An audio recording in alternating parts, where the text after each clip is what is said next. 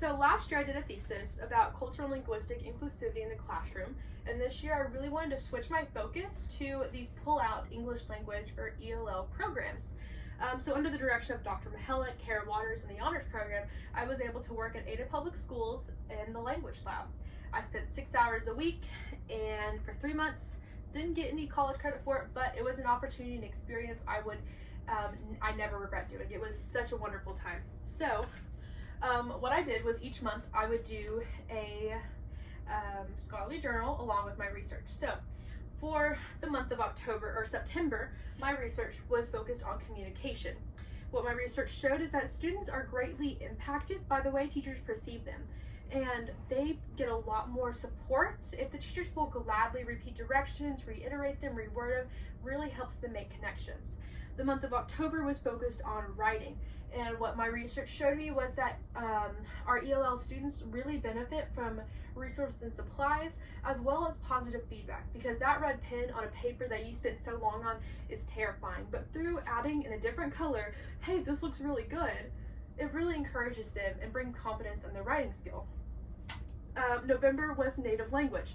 So what my research showed was through letting students speak in their native language, they're building on that knowledge to become more proficient at English.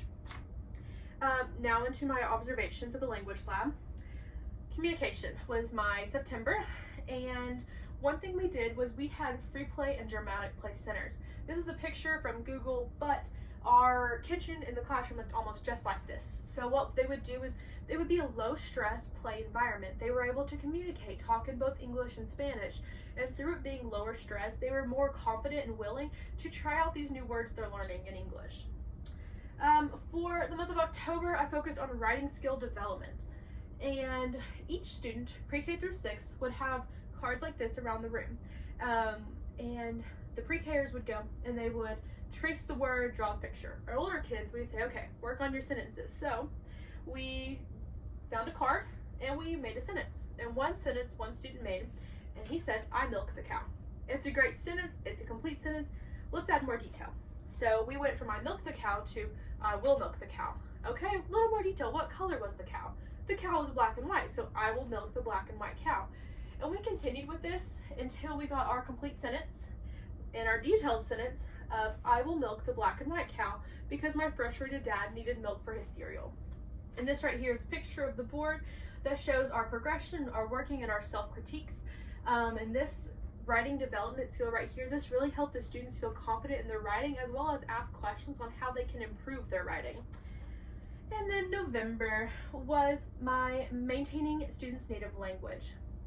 One thing I love that Kara did is she would read books in different languages. So we had mostly Spanish-speaking students, so we had a lot of bilingual Spanish books. And we'd read them. We'd encourage the students to learn more about their native language and improve on both their reading in Spanish and their reading in English. And as well as our communication. So Kara speaks Spanish, and I had a Spanish minor, so I was able to communicate a little bit with these students. And one thing that really helped was the repeating of words. So we'd say it in one language and say it in the other. When I'm working with the pre-Kers, we'd say, okay, well, can you circle the letter M? And they'd look at us, we go, circle la letra M. And they go, oh, okay, circle the letter M. And that connection really helped them understand what we were asking and made that connection of those words. And we also had cue cards and task cards in different languages that really helped make those connections of, oh, that's what this means. My conclusion was, this was a wonderful experience. My biggest takeaway is from this day right here. I was working with 2 pre-K students, and we were working with Play-Doh to trace the letter M. And they just, for whatever reason, we were not making connections, and they were going off task, and I was trying to rein them back in and asking questions. What color is this? ¿Qué color es? What letter is this? And nothing was working, and they kept asking me for help to get the different colors out. And I said, okay, pinch the colors out, pinch. And so they started, oh, okay, let me pinch the Play-Doh. They'd go pinch. And so through me showing that word and the action, they were able to understand that this means pinch. And when they left, they were saying the word pinch, they knew what it meant, and I still felt like a failure because the students didn't learn the letter M. They didn't learn what color that was in English. But Kara told me if the students come in the classroom and learn one word, then that day is a success. So that day, they learned what the word pinch was. And little victories. My biggest takeaway from this was they had a little victory right there, and we celebrated.